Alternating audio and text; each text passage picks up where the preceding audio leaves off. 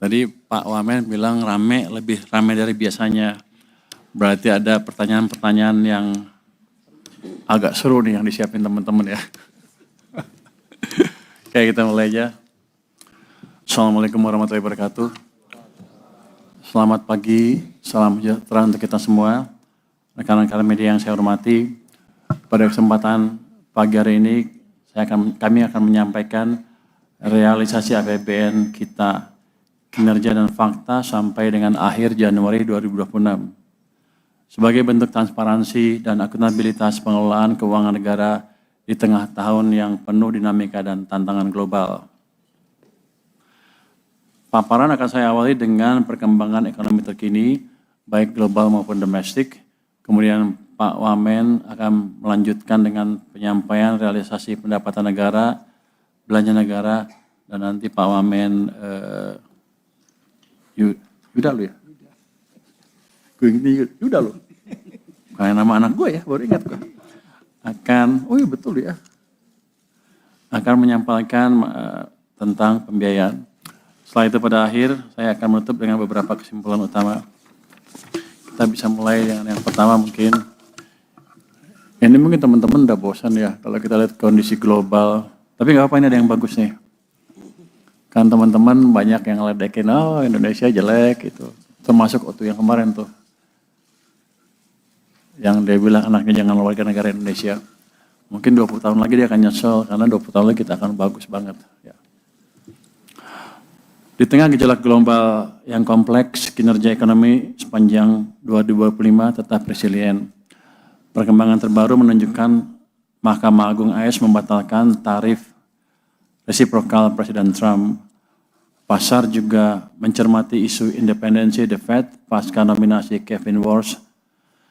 Setelah 3 kali pemangkasan, FOMC Januari menahan suku bunga di 3,5% sampai dengan 3,75%.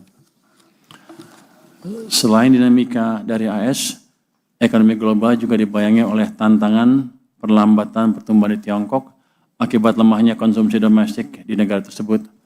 Namun di tengah latar belakang tersebut, ekonomi dunia menunjukkan resiliensi yang dimotori oleh negara berkembang. Indonesia menjadi negara dengan pertumbuhan tertinggi dan defisit yang paling rendah di tahun 2025.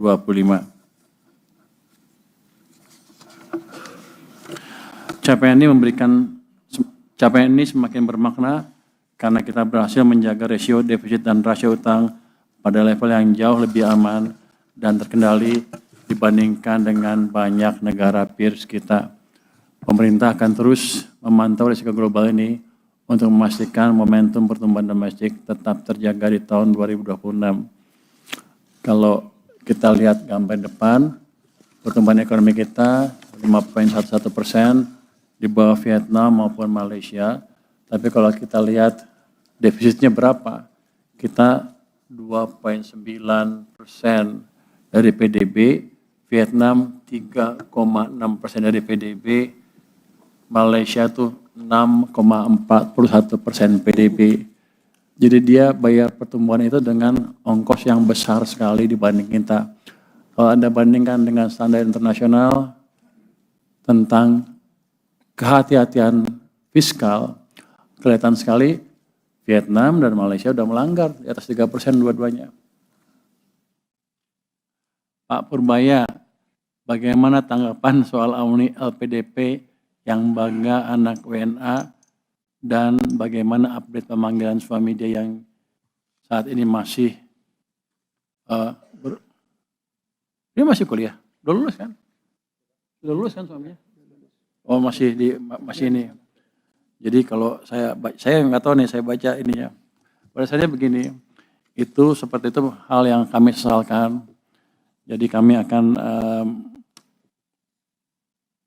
menegakkan aturan yang ada di LPDP sehingga yang bersangkutan menyelesaikan tanggung jawabnya LPDP. Tadi sudah bicara dengan dia ya. Jadi ke Pak Bos LPDP, lu apa sih? Dirjen apa? Lu Dirut? Lu bukan Dirjen. Jadi Pak Dirut nih bosnya LPDP nih sudah bicara tadi dengan suami terkait ya. Dan dia sepertinya sudah setuju untuk mau bayar. mengembalikan uang yang dipakai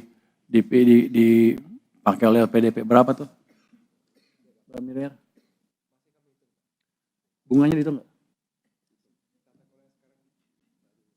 Itu bunga? Itu bunganya ya? Jadi termasuk bunganya loh. Jadi bukan uang yang dipakai, kalau saya taruh uang itu di bank juga ada bunganya kan. Jangan dengan treatment yang fair. Saya harapkan ke depan teman-teman yang dapat pinjaman LPDP, ya kalau mau nggak seneng yang nggak seneng, tapi jangan menghina-hina negara lah. Jangan begitu. Kita itu uang dari pajak dan sebagian dari utang yang kita sisihkan untuk memastikan SDM kita tumbuh. Tapi kalau dipakai untuk menghina negara, ya kita minta uangnya dengan bunganya kalau gitu. Nanti saya akan blacklist dia. Di seluruh pemerintahan nggak akan bisa masuk. Nanti kan kita lihat blacklist yang lain seperti apa. Jadi jangan menghina negara Anda sendiri. Lu sekolah biaya siapa? Ini saya sekolah pakai uang sendiri. Habis itu RATA uang sana juga. Setelah dokter ya pulang. Yang begitu, yang kayak nggak apa-apa kalau nggak ada patriotis nggak apa-apa, tapi jangan menghina negara deh. Itu saya ingatkan kepada teman-teman yang lain dari LPDP, dan saya pastikan yang ini akan di blacklist betulan dengan serius. Ya, Pak Dato ya. Pak Purbaya